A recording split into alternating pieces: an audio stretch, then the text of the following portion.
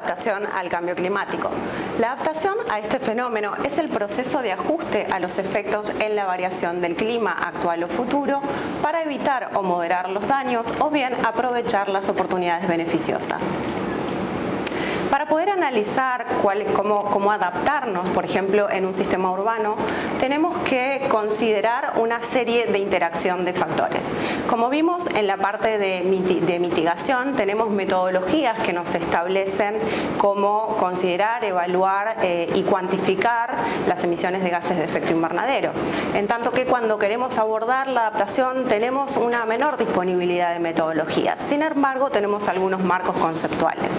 Uno de estos marcos conceptuales es el que podemos observar en esta diapositiva, donde vemos que nosotros podemos determinar el riesgo frente al cambio climático, es decir, evaluar el riesgo de los impactos del cambio climático considerando la interacción entre el sistema climático justamente como así también los procesos socioeconómicos. Entonces, para evaluar el riesgo frente al cambio climático tenemos que tener en cuenta los peligros o amenazas. Con peligros o amenazas nos hacemos referencia a todos estos impactos del cambio climático, todas estas variables o cambios en los patrones del clima que analizamos en la primera parte de la presentación. Y cuando hablamos de exposición tenemos en cuenta cuáles son los receptores sensibles. Acá podemos estar refiriéndonos a una población, podemos estar refiriéndonos a la infraestructura o bien a sistemas naturales. A su vez, una vez que tenemos identificado este receptor e identificada cuál es su exposición, tenemos que considerar también su vulnerabilidad, es decir, cuáles son las capacidades de respuesta que tienen estos receptores. Haciendo interactuar todos estos factores vamos a determinar el riesgo. Ahora veremos cómo realizamos este análisis para determinar los riesgos urbanos en la ciudad de Buenos Aires. Para arrancar, como vimos, uno de los primeros factores es determinar las amenazas o bien los peligros. Para esto, lo que tenemos que hacer es analizar cómo fue evolucionando, cómo fueron cambiando las variables climáticas, tanto en el pasado, y hacer proyecciones hacia futuro. ¿Sí? Nosotros contamos con estudios en la ciudad, son estos estudios que nos permiten identificar que la temperatura y las precipitaciones han cambiado desde 1960 hasta la actualidad. Hacia futuro podemos definir horizontes temporales de corto plazo entre 2021 y 2040 o de mediano plazo entre 2041 y 2060. A su vez, para saber cómo se va a comportar el clima futuro, es muy importante saber cómo van a ser las trayectorias y las concentraciones de gases de efecto invernadero, porque eso va a determinar una manera o unos impactos del cambio climático o que estos sean más o menos intensos. Es por eso que el Panel Intergubernamental de Cambio Climático ha definido 4 trayectorias de concentración de emisiones de gases de efecto invernadero. Acá nosotros vemos que tomamos escenarios de emisiones para el caso de la ciudad de Buenos Aires, el RSP 4.5 y RSP 8.5. Esto se trata de 2 escenarios, uno que es un escenario moderado y otro escenario, el cual llamamos pesimista. Para predecir el comportamiento del clima también tenemos que considerar escenarios de emisiones, porque dependiendo de la concentración de gases de efecto invernadero en la atmósfera vamos a tener distintas escalas de impactos sobre las ciudades particularmente. Entonces, para considerar o para poder definir cuáles van a ser las amenazas a futuros, nosotros tenemos o disponemos de 4 escenarios de emisiones elaborados por el Panel Intergubernamental de Cambio Climático. Estos escenarios, la ciudad particularmente ha elegido 2 escenarios para evaluar cuáles son las amenazas, el escenario RSP 4.5 y RSP 8.5. Estos escenarios es un escenario intermedio de concentración de emisiones y un escenario totalmente pesimista, el 8.5, que considera las peores consecuencias del cambio climático debido a que no se ha accionado adecuadamente. Considerando entonces el horizonte temporal y estos escenarios de emisiones, vamos a determinar proyecciones climáticas a través de los cuales podemos conocer cuáles van a ser las amenazas en la ciudad de Buenos Aires. De esta forma, en el estudio que hemos realizado, acá tenemos un ejemplo de la amenaza olas de calor, que es la amenaza seleccionada para determinar cuál es el riesgo, y lo podemos determinar especialmente como lo vemos en este mapa. El receptor que se ha seleccionado de acuerdo a la metodología de la adaptación es el receptor población y el escenario es RCP 4.5 y el horizonte temporal 2060. Como vemos, de acuerdo a la distribución de población y cómo se va a comportar hacia 2060 la temperatura o los aumentos de la temperatura y particularmente la frecuencia de olas de calor, vamos a tener zonas con un mayor riesgo que otras. Como podemos ver, las principales zonas son las que están en color rojo. ¿Para qué nos sirve hacer este análisis de riesgo de los impactos del cambio climático? Es justamente para tener una mejor visión de dónde prioritariamente vamos a tener que establecer medidas de gestión de estos impactos del cambio climático. Otra de las amenazas que se ha analizado también a través de estos estudios son las inundaciones. Acá se ha tenido en cuenta cómo sería la situación hacia 2060 y en un escenario de 4.5 con ejecución de obras y sin ejecución de obras. El ejemplo que estamos viendo acá es qué sucedería en términos de inundaciones cuando las obras no están totalmente completas. Entonces, como les decía, conocer cuáles son los riesgos climáticos nos permite actuar más asertivamente. En el caso de la Ciudad de Buenos Aires y, por ejemplo, para la gestión de las inundaciones, viene desarrollando numerosas obras en el marco del plan hidráulico. Así, con un montón de otras variables climáticas, la ciudad viene desarrollando sus políticas, las cuales ahora se están siendo revisadas para el periodo 2021-2050. De esta manera, el nuevo plan de acción climático de la ciudad ha priorizado una serie de acciones de adaptación y de infraestructura verde urbana para hacer frente a los impactos del cambio climático.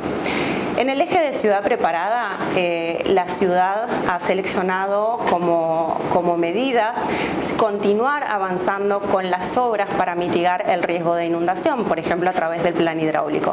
Pero no solamente eso, sino además también estar preparados para las tormentas, cómo funciona todo el sistema pluvial, cómo se mantiene, cómo se amplía. Esa es otra de las acciones que también está desarrollando. Y por ejemplo, cómo se monitorea, cómo nos anticipamos a cuáles van a ser los eventos de tormentas y poder tener el tiempo necesario para gestionar o planificar ante una determinada emergencia. Por otro lado, otro de los ejes para tener una ciudad más preparada frente al cambio climático es la naturaleza como solución. Acá hablamos, por ejemplo, de lo que es la infraestructura verde urbana que sirve como complemento para amortiguar las inundaciones, mediante, por ejemplo, la instalación de terrazas o techos verdes, de poder tener más reservas, un mejor arbolado. Es por eso que también otra de las medidas es contar con más y mejores árboles en la vía pública, en los espacios privados, tener más reservas y mantenerlas, poder tener viveros, poder generar plantaciones en áreas para poder recuperar espacios. Acá, y con respecto a los árboles, es muy importante la meta que tenemos de plantar 100.000 árboles en el mediano plazo. Y por otro lado, también aumentar la cantidad y la calidad de espacios verdes. Todas estas son medidas que nos van a ayudar a reducir las amenazas de las que estuvimos hablando anteriormente. Otra de las líneas de acción de la ciudad de 2020 a 2050 es poder tener una ciudad cada vez más inclusiva. Por eso, una de las principales acciones en la que viene trabajando el gobierno es la integración de los barrios populares. Esto implica poder brindar una mejor infraestructura, mejores servicios de transporte, que ese transporte sea además sustentable y poder hacer todo el proceso de reurbanización de los barrios con estrecha interacción con toda la comunidad para poder definir cuáles son las mejores medidas que hagan de estos unos mejores barrios y que estén cada vez más integrados a toda la trama urbana. Por otra parte, y con estas líneas de acción, estamos también respondiendo a cuáles son las poblaciones más vulnerables frente al cambio climático, ¿no? Para la ciudad de Buenos Aires, concretamente en los análisis de riesgos, se ha determinado que las poblaciones más vulnerables frente a los efectos del cambio climático son, por un lado, los niños, los adultos mayores y la población que reside en estos barrios populares. Es por eso que esta medida es de gran relevancia. Por otro lado, para tener también una ciudad inclusiva y adaptada, es necesario tener vecinos más preparados. ¿Esto qué implica? Brindar mayor información sobre cuáles van a ser estos impactos y particularmente acá, a través de la Gerencia de Cambio Climático, trabajamos concretamente con adultos mayores a través de talleres de capacitación. Tenemos un objetivo de llegar a todos los centros de jubilados y espacios donde interactúan esta población, donde los capacitamos sobre cambio climático. Y esto es muy importante porque son agentes de cambio y nos ayudan a replicar el mensaje y a concientizar a su vez a sus familias. Con los adultos mayores en particular hablamos sobre lo que son las olas de calor y cómo prevenir las olas de calor, donde la salud de los adultos mayores es particularmente la más afectada. Por otro lado, tenemos en el plan de acción también una serie de acciones transversales que van más allá de la mitigación y la adaptación, pero ayudan a tener una ciudad que está fortalecida para hacer frente al cambio climático. Acá hablamos, por ejemplo, de fortalecer todo el sistema de salud. Hay un área concretamente de salud ambiental que trabaja mirando cuál es la interacción de los diferentes factores y cómo estos afectan a la salud. En particular en relación al cambio climático, es necesario también en términos de salud estar haciendo los seguimientos en cuanto a los vectores de enfermedades que se ven favorecidos por los cambios en las variables climáticas. Por otro lado, también en estas líneas de acción transversales consideramos la calidad de aire. Cabe destacar que la calidad de aire no tiene que ver con el cambio climático precisamente, porque si bien ambas problemáticas están vinculadas a las emisiones de gases, uno se genera a nivel de la atmósfera baja, en tanto que el otro se genera en torno a la atmósfera alta. Sin embargo, es interesante ver o entender la calidad de aire o el tema del cambio climático y la calidad de aire como algo complementario y que generan cobeneficios. Por otro lado, la educación es el aspecto central para poder hacer frente al cambio climático. Acá tenemos, por ejemplo, líneas de acción del gobierno que tienen que ver con escuelas verdes, donde se trabaja no solo desde la perspectiva de la mitigación, cuando en las escuelas, por ejemplo, ponemos paneles fotovoltaicos, sino que también se trabaja desde la perspectiva de la adaptación, con terrazas verdes, generando plantaciones de árboles y conociendo más sobre este fenómeno y saber cómo actuar frente a las diferentes amenazas. Por otro lado, la alimentación saludable es otra de las acciones transversales. ¿Esto por qué? Porque por un lado, la ciudad tiene una gran demanda de alimentos y en ese proceso de transporte de los alimentos hacia la ciudad se emiten gases de efecto invernadero. Pero la posibilidad también de poder tener cada vez más huertas comunitarias en la ciudad ayuda a la adaptación al cambio climático, a la vez que promueve esta posibilidad de comer alimentos más sanos.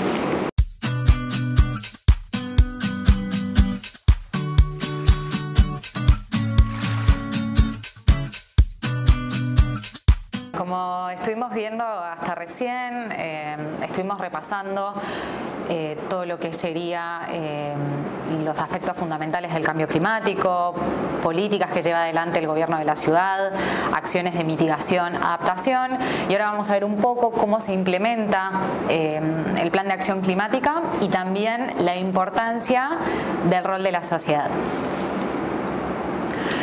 Bueno, para ver un poco cómo nosotros medimos los avances del PAC, cómo vemos esta implementación y el monitoreo, nosotros contamos con varias herramientas.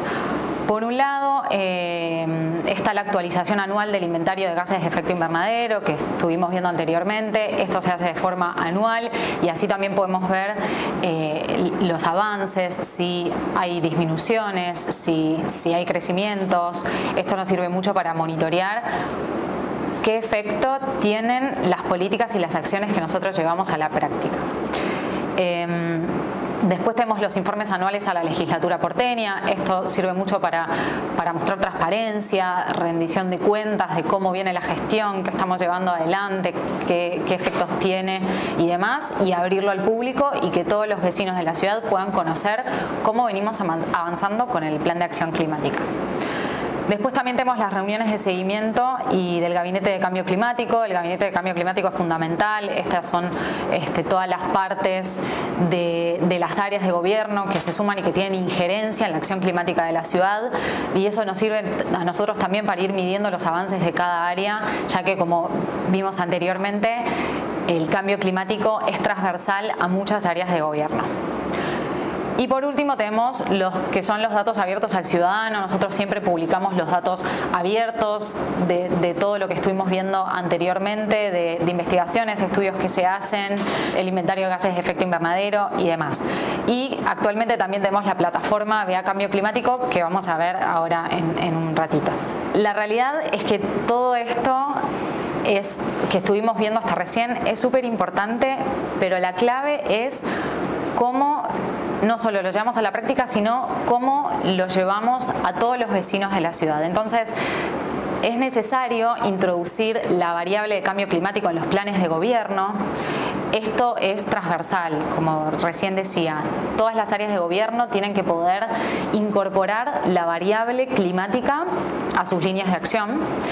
Después de eso hay una decisión política también de cómo lo llevamos a la práctica, qué políticas públicas vamos a aplicar y cómo son esos planes. Y después está el rol de la sociedad, que es lo que vamos a ver ahora y que es fundamental para que todo esto tenga sentido y realmente podamos hacer un cambio significativo. A mí me gusta arrancar siempre con una breve reseña histórica de que repasemos un poco la importancia de la sociedad en lo vinculado a las problemáticas ambientales. A través de los años, como vamos a ver, la sociedad ha tenido un rol fundamental en la modificación realmente de las políticas públicas y que este tema sea realmente relevante. Bueno, en 1863, como para irnos bien atrás, tenemos una de las primeras problemáticas sobre contaminación de aire. Antiguamente, bueno, muchas fábricas usaban ácido sulfúrico para producir distintos productos como jabón, para la industria textil y demás. En resumidas cuentas, esto produció una gran carga de contaminación atmosférica. ¿Y el problema cuándo llegó? Cuando lo empezaron a sentir las personas. Y fueron las personas, la sociedad, las que empezaron a reclamar: che, estoy respirando algo que no está bien, esto me perjudica, esto no está bien. Y a través de esa manifestación, una de las primeras manifestaciones sobre una problemática ambiental que tiene consecuencia directa sobre la salud, como todas las problemáticas ambientales, surge la Ley Alcalina de 1863, que es una de las primeras leyes que se establecen en cuidado del ambiente, una de las primeras en protección de la calidad de aire, y que están impulsadas por el accionar de la sociedad. Yéndonos a 1952, un episodio de una neblina muy importante en Londres, que realmente cubría la ciudad, no se podía ver bien. Bueno, esto era producto de la quema de carbón, que se usaba mucho en ese momento para calefaccionar, para usar como combustible y demás. Y de vuelta, fueron las personas las que dijeron: acá hay un problema, o sea, no podemos ver de dónde sale esto. Bueno, ¿qué está pasando? Así empezaron las movilizaciones, empezaron los reclamos, y en 1952 surge el Acta de Aire Limpio, que también es una de las primeras manifestaciones, uno de los primeros hechos, o sea, más legales, que están traccionados a través del reclamo de la ciudadanía. La primavera silenciosa de 1962 fue un hecho que la verdad fue un quiebre en todo lo vinculado con los agroquímicos. Antiguamente se usaba el DDT, un compuesto para fumigar, para matar plagas. Los científicos empezaron a levantar este tema. El compuesto tiene un efecto perjudicial. sobre la cadena alimenticia de los distintos animales. Un insecto lo absorbía, pero después un pájaro se alimentaba de ese insecto y el pájaro también aparecía muerto. Y esto también tenía repercusiones importantes sobre la salud de las personas. Bueno, en ese año, en 1962, Rachel Carson publica su libro Una primavera silenciosa, que se ha convertido en uno de los libros fundamentales de la ecología y de las problemáticas ambientales. Y a través de este libro y del accionar de las personas y del empuje también de la comunidad científica, se prohíbe finalmente el DDT y hoy en día es un compuesto que no se puede utilizar. Bueno, nos vamos a 1970, manifestaciones donde después surge el Día de la Tierra. Estas manifestaciones fueron impulsadas por un senador,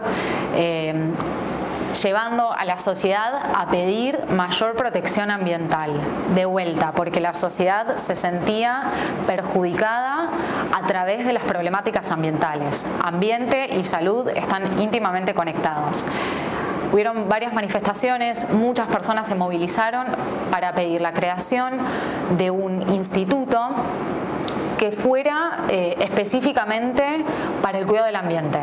Es así como surge la EPA, la institución de Estados Unidos especializada en problemáticas ambientales, que después tuvo repercusión en todo el mundo. Nosotros tenemos la Agencia de Protección Ambiental y es una simulación de esa agencia y sentó el precedente para que muchos países y muchas ciudades tengan un organismo particular dedicado a las problemáticas ambientales. A partir de esto, después surge el Día de la Tierra, que hoy se celebra en todo el mundo y es un día al llamado de atención, al llamado de conciencia para todos los ciudadanos. Y bueno, yendo ahora bien a la actualidad, 2019, si ustedes habrán visto, justo en 2019 ocurrieron varias manifestaciones en muchas ciudades del mundo, participaron miles de personas, sobre todo jóvenes, pidiéndole a los gobiernos que tengan una acción climática importante, que tomen acciones vinculadas con las problemáticas climáticas. Es muy interesante evaluar que fueron muchas personas jóvenes en estas movilizaciones. Y bueno, estamos en eso, ¿no? Si bien hay varias acciones que se han tomado a nivel internacional, nacional, local sobre el cambio climático, estas movilizaciones son las que son un llamado a atención y hacen que los gobiernos realmente tomen conciencia de qué tan importante es esto para la sociedad. Y bueno, la verdad es que en este pequeño reconto que hicimos hasta ahora podemos ver lo importante que es que las sociedades se movilicen, porque muchas veces a través de ese reclamo de la ciudadanía es como obtenemos políticas públicas que protejan al ambiente y por supuesto a nosotros mismos. En esto de que estábamos hablando del rol de la sociedad, es muy importante el hecho de estar informados. La información es fundamental para que la ciudadanía entienda cuáles son las problemáticas, cómo los afectan, cómo pueden también formar parte de las soluciones, cómo los involucran. Bueno, las consecuencias del cambio climático son experimentadas por la sociedad en toda su medida, en toda su totalidad. Si bien hoy en día se pueden sentir esos efectos, es importante destacar que no todos lo sienten por igual, como estábamos viendo antes en las vulnerabilidades. Entonces, bueno, la verdad es que el modo de información y es un rol fundamental de los estados en cómo esa información llega a los vecinos y cómo logramos que tomen conciencia sobre la problemática.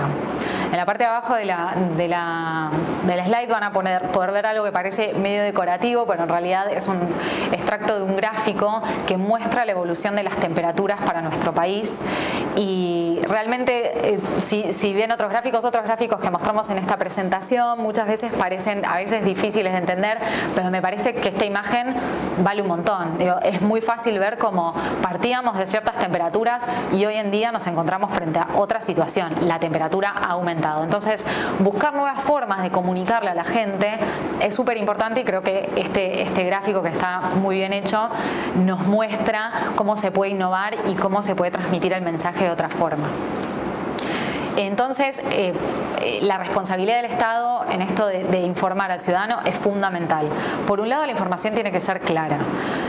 Muchos de los datos que surgen, o la gran mayoría de los datos que surgen sobre el cambio climático parten de la comunidad científica, parten a través de investigaciones, y muchas veces es difícil entender lo que la comunidad científica nos quiere decir si nosotros no pertenecemos a ese mundo o no podemos comprender lo que nos están diciendo. Entonces, es fundamental el rol del Estado en poder bajar esa información a un lenguaje más coloquial, que sea más amigable y que cualquier persona pueda entender lo que un científico te está diciendo.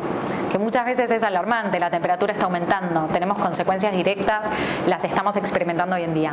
Pero si esa información yo no la puedo comprender y entonces no voy a entender por qué me involucra o por qué es importante que yo tome conciencia. Entonces, es fundamental cómo transmitimos esa información.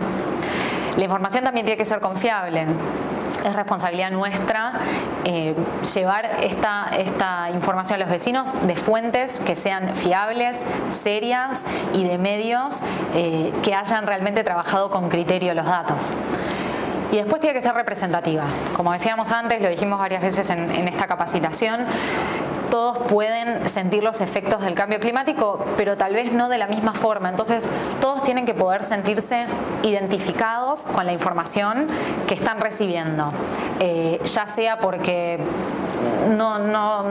alguien no suele leer sobre problemáticas ambientales o le parece que no es un problema relevante, o tal vez sí, estoy sintiendo en primera persona las olas de calor y me afectan. Bueno, sin importar el vecino, nosotros necesitamos llevar esa información de forma representativa, que todos puedan sentirse interpelados por lo que está sucediendo y lo que están leyendo. Y en este sentido, la verdad es que necesitamos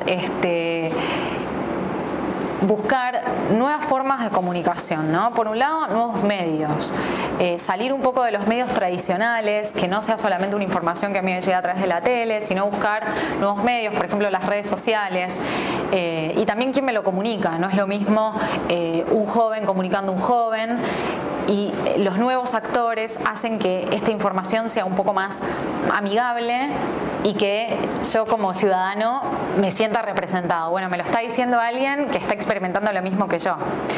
Y también nuevos mensajes, ¿no? Como veíamos en ese gráfico sobre la evolución de la temperatura. Es importante que los mensajes vayan cambiando, ¿no? Que no estemos siempre en la misma noticia, que por ahí es del Polo Norte y no me siento tocado por eso, es muy lejano, ¿no? Bueno, en tu ciudad está pasando. Entonces, el mensaje que te tengo que llevar tiene que ser de algo que vos entiendas, que comprendas, porque está sucediendo en tu lugar donde vivís.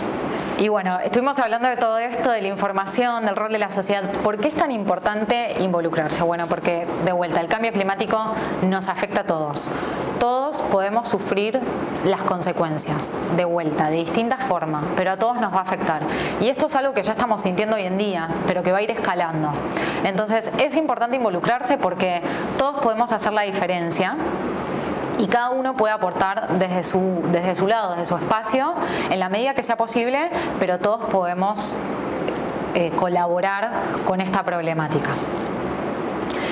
La inclusión y la participación son fundamentales para adaptarnos. Esto es realmente importantísimo. Volvernos más resilientes a los efectos del cambio climático, que nuestra ciudad sea más resiliente, significa que todos los actores estén involucrados. Necesitamos incorporar todas las visiones de la persona que realmente está sintiendo los efectos de una manera importante hasta la persona que no le está llegando de la misma forma. Todas las voces tienen que ser incorporadas en los planes de acción que nosotros llevemos adelante.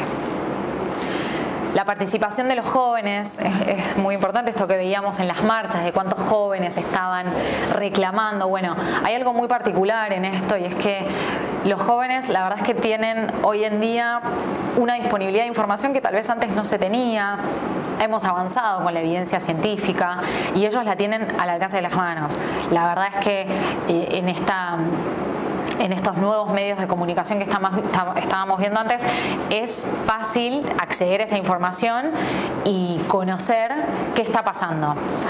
Y además están experimentando las consecuencias hoy en día. Es una generación que tal vez ya le parece algo cotidiano porque durante toda su vida supo qué estaba pasando. También hay una certeza sobre los efectos a futuro, digo, algo que parecía lejano como, bueno, no sé qué va a pasar, que el cambio climático por ahí no es real, no. Hoy en día estos jóvenes saben que su futuro se puede ver afectado y que por eso tenemos que actuar ahora. Y entonces un poco está este tema de la deuda intergeneracional y que los jóvenes culpan a los adultos, decir, bueno, pero esto pasó antes y fue tu responsabilidad. Bueno, por eso es importante que todos nos involucremos, porque todos podemos aportar nuevas visiones y también aprender de los jóvenes y de sus ganas y de lo que nos están diciendo. Che, esto es urgente, actuemos ya. Me parece que es muy importante que escuchemos. Y además, bueno, la pluralidad de voces, por supuesto, que enriquece las políticas públicas y sobre todo la acción climática. No es lo mismo contar con una única visión que con múltiples visiones. Siempre a través de la participación pública, los proyectos y las acciones que los gobiernos llevan adelante se ven favorecidos, son más representativos. Bueno, y tenemos muchas herramientas de participación y comunicación, un poco lo que estábamos viendo antes de cómo nosotros hacemos seguimiento del plan de acción climática, pero bueno, vamos a repasar algunos de ellos porque es importante que todos conozcamos con qué herramientas contamos. Por un lado está el Consejo Asesor Externo. El Consejo Asesor es un grupo de científicos, de expertos en la temática, que tienen el rol de asesorar al gobierno sobre la problemática climática. Al tener mayor información, mayor experiencia y mayor trayectoria, este grupo de personas, donde no solamente hay científicos, sino también organizaciones no gubernamentales que también tienen mucha trayectoria en las problemáticas ambientales, pueden asesorar al área de cambio climático y al gobierno en general sobre cuáles son las mejores medidas, para dónde ir y también corregirnos cuando nos estamos desviando y nosotros también les pedimos su colaboración, su expertise. Es una sinergia que nos ayuda a nosotros de estar empapados de lo que es el mundo científico y también estar siempre a la vanguardia de qué nuevos temas están saliendo sobre lo que es el cambio climático. Después está el Consejo Consultivo de Ambiente, este fue creado hace poco, es un consejo también de personas externas a gobierno, mayormente integrado por organizaciones de la sociedad civil. Contamos con esos jóvenes que estábamos viendo antes en las manifestaciones y demás. Bueno, también queremos incorporar su visión, nos sirve mucho trabajar las políticas públicas con ellos, tenemos un intercambio muy rico en distintos aspectos, no solamente el cambio climático, sino otras problemáticas ambientales, pero su visión también es tenida en cuenta y de vuelta hacemos siempre una sinergia de retroalimentación donde nosotros les pedimos su consejo, ellos a nosotros también y entre los dos nos vamos demandando y enriqueciendo las políticas públicas que se llevan adelante. El Foro de Lucha es una instancia del Poder Legislativo donde acá se pueden involucrar todos los vecinos de la Ciudad de Buenos Aires y esto es muy importante porque cualquier persona puede participar de esta instancia. Hace poco tuvimos una reunión del Foro de Lucha que fue virtual, pero participaron más de 150 personas creo y realmente es una experiencia muy importante porque acá como vecino podés tener injerencia directa sobre las políticas públicas que se llevan adelante. Bueno, voy a opinar y sobre todo sobre la experiencia propia, muchas veces opinando desde qué pasa en mi barrio, cómo lo vivo yo. Entonces tenemos esa instancia que es muy importante y es acompañada por el Poder Legislativo para involucrarte, participar y opinar y también reclamar, por supuesto. Y después hay un montón de charlas, conversatorios, capacitaciones. Desde la Agencia de Protección Ambiental brindamos muchas capacitaciones para informar, para debatir. Son espacios donde nos gusta que haya un ida y vuelta, que el vecino pregunte, que nos cuente, que también levante qué problemas está teniendo. Y suelen ocurrir con bastante seguido, entonces siempre te vas a poder sumar alguna de cualquier lado de la ciudad donde estés y de otras partes también, por supuesto, para intercambiar directamente con gobierno, aprender y dejar tu opinión. Y después está la plataforma Vea Cambio Climático, que es algo bastante novedoso, que lo estábamos viendo antes, pero que realmente es algo nuevo, innovador, donde todas las políticas climáticas de la ciudad están plasmadas, desde nuestro plan de acción climática hasta los avances. De esa forma cualquiera puede ver cómo venimos, qué avances hicimos, nos está yendo bien, nos está yendo mal, cómo venimos avanzando en todos los aspectos, en energía, en residuos, en transporte, y también es una muy buena forma de involucrarse. Cómo yo puedo aportar mi granito de arena, que lo vamos a ver ahora más adelante, pero toda la información está disponible, es una muy buena plataforma que incorpora las distintas políticas ambientales que está haciendo la ciudad de Buenos Aires. Bueno, ¿y qué está haciendo el gobierno, no? Estábamos hablando mucho de la participación del ciudadano, de la sociedad, del rol y demás. El gobierno de la ciudad de Buenos Aires también tiene su participación y la ejerce, y esto es fundamental. El intercambio entre áreas y entre jurisdicciones es muy importante para enriquecer la política climática y la política pública en general. Nosotros intercambiamos mucho con el gobierno nacional, con la Secretaría de Cambio Climático, para evaluar mutuamente cómo venimos, bueno, compartir dificultades, mucho de los cambios que nosotros necesitamos incorporar, como estábamos viendo sobre todo en el bloque de mitigación, tienen que ver con las políticas a nivel nacional, nuestra matriz energética. Entonces es muy importante siempre estar en diálogo constante a nivel nacional. También con otras jurisdicciones. El intercambio entre jurisdicciones es muy rico porque realmente podemos comparar sobre todo iniciativas. Acá me parece que es uno de los espacios más con más retroalimentación, porque uno de repente puede contar una experiencia, si salió mal, sirve para otra ciudad para entender, bueno, por ahí no tengo que ir para allá, o salió bien, genial, porque estoy más o menos en una misma situación. Entonces el intercambio entre jurisdicciones, sean gobiernos locales, municipios, es muy importante para llevar adelante políticas públicas que sean exitosas. Y después, por supuesto, a nivel internacional. Nosotros como gobierno tenemos mucho intercambio con otras ciudades, sobre todo con las latinoamericanas. También nos sirve este intercambio y ver, bueno, qué les sirvió a ellos, qué nos sirvió a nosotros, y también con organismos más importantes como los que veíamos antes, C40, ICLEI, bueno, un montón de organismos que también nos ayudan a seguir un camino que otras ciudades están siguiendo. Nos marca la agenda, pero también nos acompaña cuando tal vez no sabemos bien para dónde seguir. Y bueno, como les decía antes, la acción climática es transversal y eso es fundamental. Todas las áreas de gobierno necesitan incorporar esta visión ambiental sobre sus políticas públicas.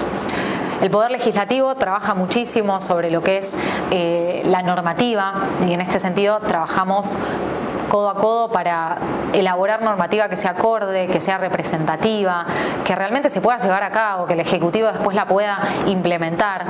En este sentido también el Consejo Consultivo está involucrado, es bueno entender la visión de los vecinos sobre las normativas que se van a llevar adelante. El Poder Ejecutivo tiene un trabajo transversal.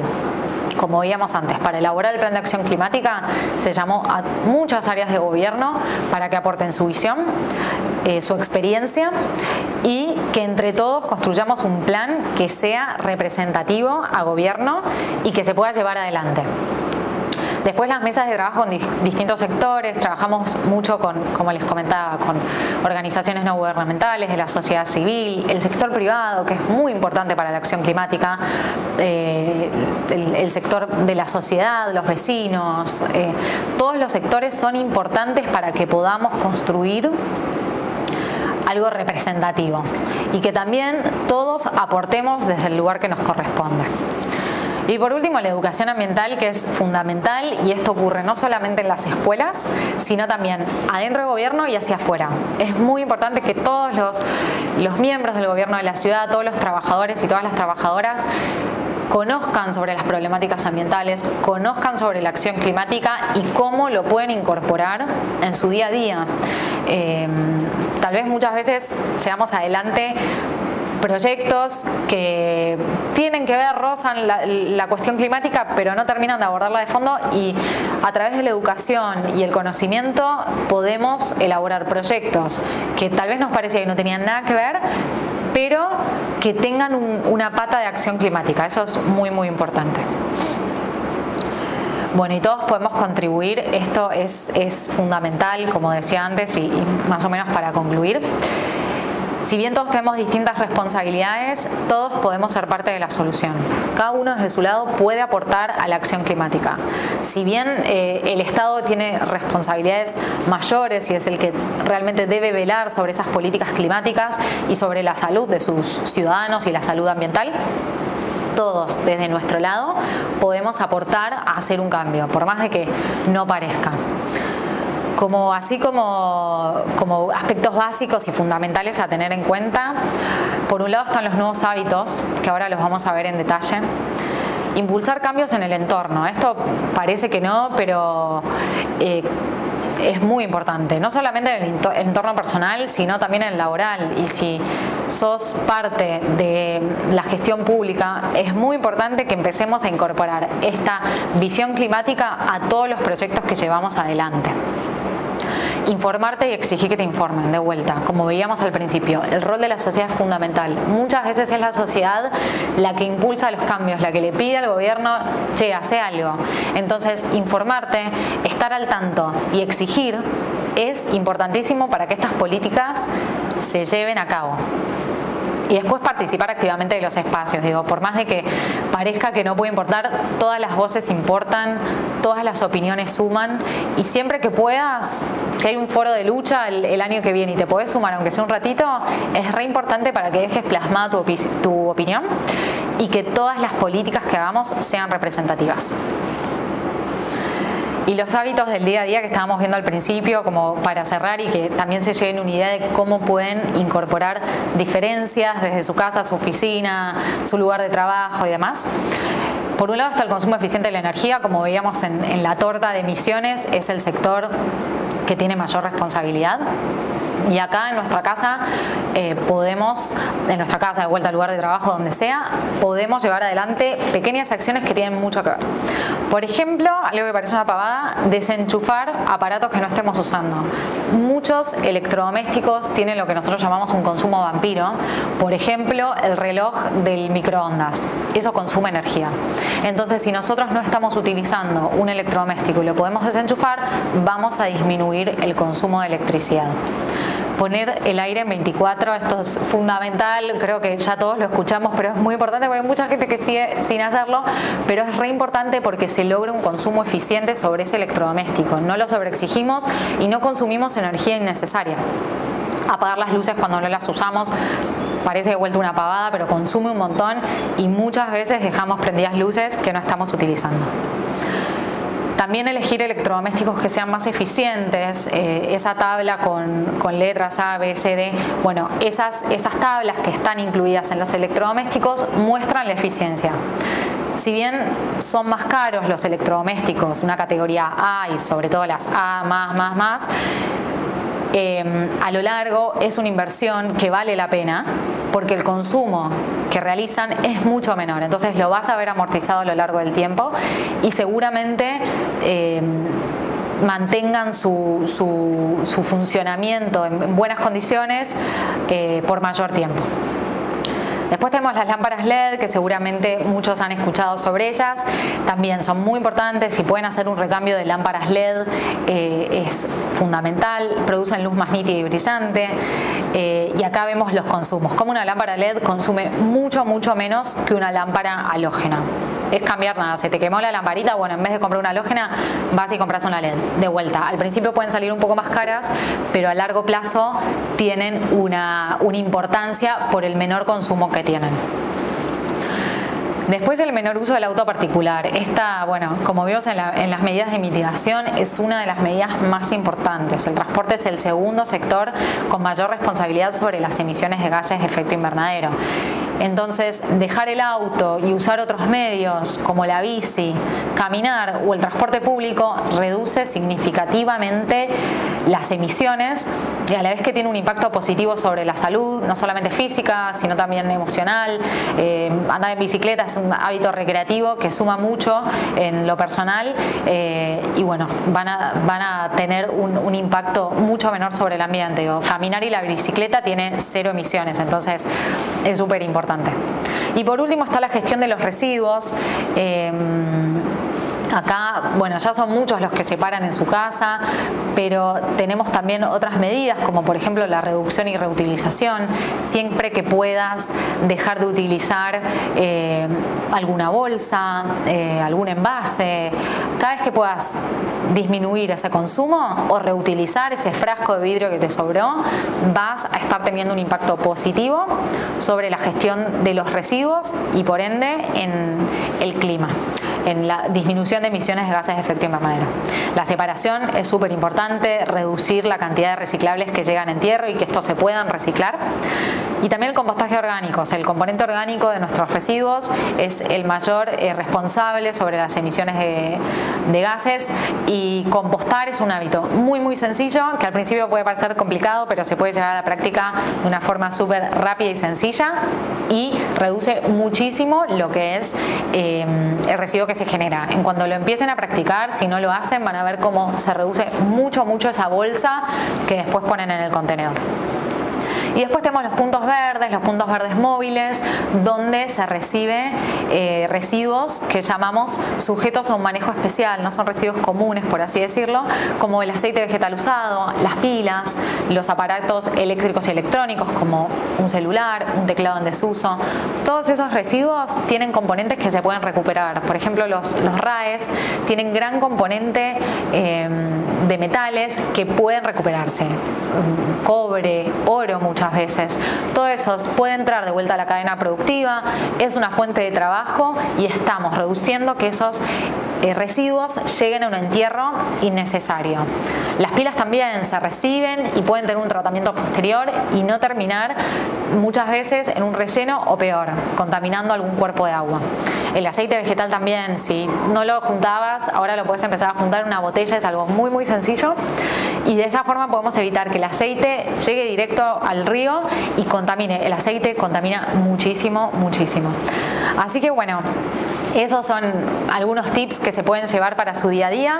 Les agradecemos mucho por habernos escuchado y participado. Acá tienen nuestras redes y también el mail por si tienen alguna duda. Siempre estamos a disposición de sus consultas y de trabajar en conjunto y de seguir enriqueciendo la política climática de la ciudad.